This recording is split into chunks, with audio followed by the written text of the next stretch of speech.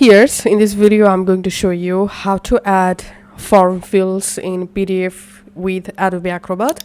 So this is my PDF, and then I'm going to tool section. Under tools you have to find out this prepare form.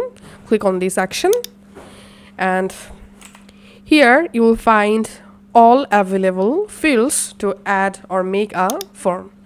Let's add these text field. So just go ahead and draw a text field just like this. Then you can add these check boxes field. You can also add a radio buttons field just like this. You can also add here a list of choice field, and you can add drop down list field. You can add here a date field just like this.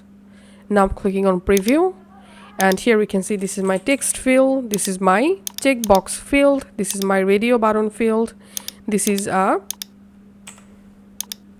drop down field, and here we can see the date field. So that's how you can actually do it. Thanks for watching.